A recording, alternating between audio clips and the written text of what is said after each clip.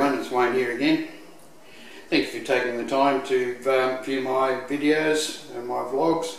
Hope you're enjoying them. Today it's pretty yucky sort of day today. We've just finished a few weeks of very high temperatures. We've been up around the 40 degrees Celsius mark, which is probably around about the 100, 104, somewhere like that in the old Fahrenheit measurement. And you know, very hot, very warm days. Last 2 days a cold front has moved in and our temperatures have dropped to the low 20s, the mid to low 20s. Today is supposed to be 25 degrees. Hasn't got there yet. It's raining and it's quite cool, so 25 degrees Celsius would be, I suppose, around the late 60s, somewhere in the Fahrenheit measurements. So pretty cool, pretty big drop in a couple of days. While I was sitting around in the rain today, I was trying to think of what else I could do with my video, my vlogs, and I sort of came up with an idea that maybe I could do something that, let's say, I'll call the week that was. Start a segment really showcasing things that have happened and things that I've done in the last week. Just something that, you know, there may be something that's of interest in that. And I thought we'd run off and stuff like that. Now, I'm not going to go through Monday, Tuesday, Wednesday, Thursday, Friday every day of the week because I don't do things every day of the week, and there's probably not a great deal of exciting things happen in Australia. But anyway, we'll just start off and we'll see how we go. This week, or today, so I thought we'd start on Wednesday. Wednesday was a fairly busy day for me. I had a couple of things I needed to do which were fairly important. A little story to build up the scene. You may know or you may not know that the Gold Coast, the area I live in, is hosting the 2018 Commonwealth Games. They consist of games that's very similar to the Olympic Games, but in a slightly smaller format. We have 40 Commonwealth countries going to attend apparently, around about 6,000 athletes and 4,000 officials and hanger-oners and things like that. They're expecting probably close on 1 million people as visitors for the whole Games to arrive in our area, so things are going to be fairly tough. The transport situation is being worked out very well for the public, and of course, you know, they have to have separate transport for the Games family, as they call them.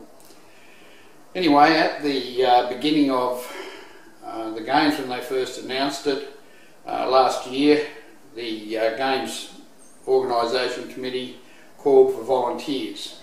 Volunteers are a regular thing in this country. We have a lot of volunteer organisations, and a lot of people volunteer to do different things, so it's quite a thing in the Australian psyche. Apparently they got 42,000 applicants of people from all around the world for the different types of jobs that the volunteers are going to complete. I was lucky.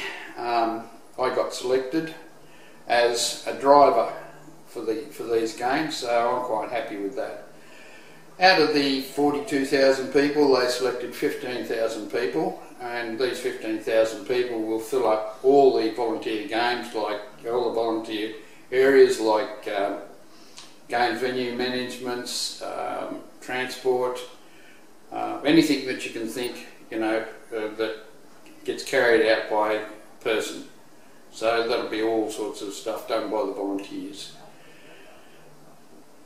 Out of the 15,000, there was 2,200 people selected to be drivers, and we're to drive basically 3 different styles of, or provide 3 different styles of transport for the Games personnel, plus a few other things. Now we have 3 sorts. We have the heavy duty drivers, who drive the transport trucks, big buses, and the special buses for the athletes with the lift-ups. We also have the TX drivers, which is like me, who will be driving the general Games family around, pick up and drop off, no waiting around type service. And then we have the TG drivers, who will be a small selection of drivers, probably about 20, who will be allocated a VIP, and they stay with that particular VIP for the whole of their shifts. Now our shifts are 8 hours long. We have a 24-hour shift rotation, which means that I could go to work 12 o'clock today, knock off at 10. 2 days time I could go to work at midnight and knock off at 10 in the next morning, all that sort of stuff. So it's going to be fairly busy.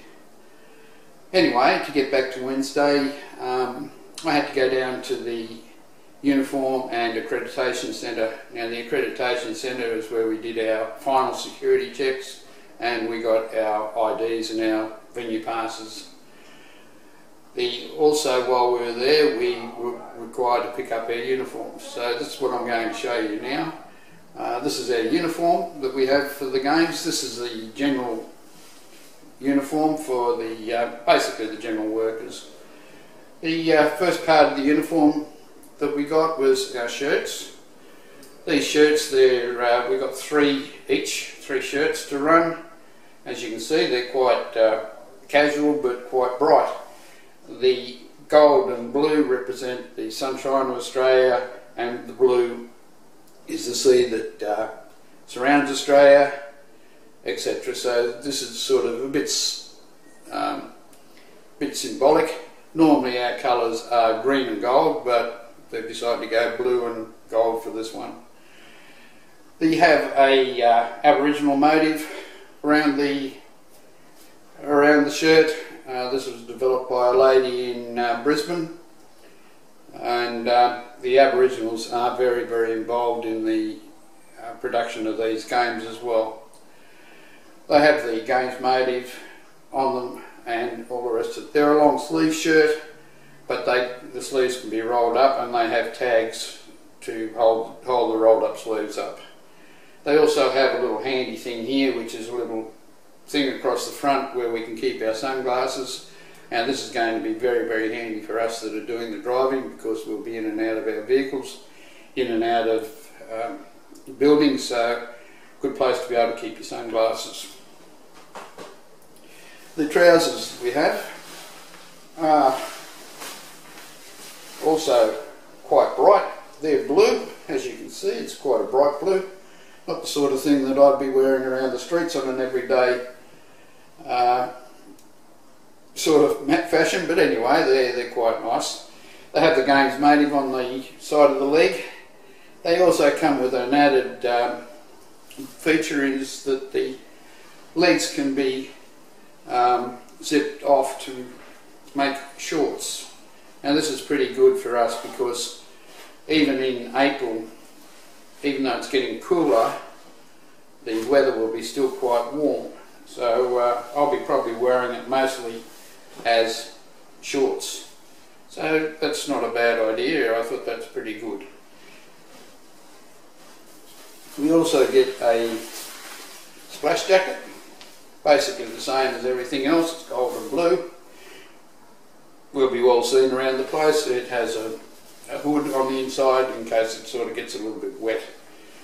We got, as well as our uniforms, we actually got, as far as our uniforms concerned, 2 pairs of trousers, 3 shirts, a splash jacket, a hat, a water bottle, and a bag to carry everything in. So we did pretty well. It wasn't too bad.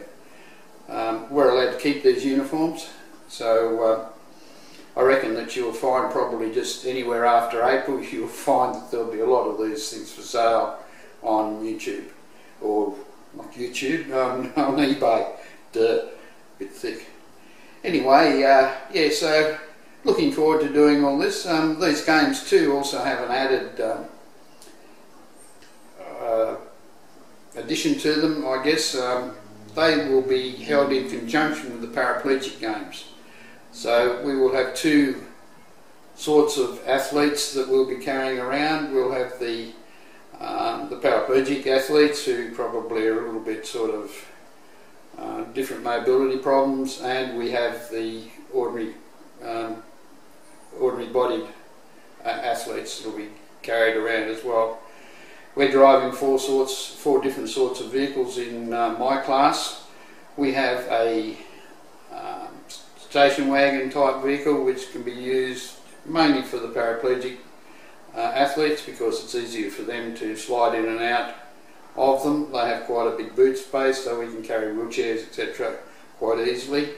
We have a 12-seater bus, which is like the Toyota Coaster, that sort of thing.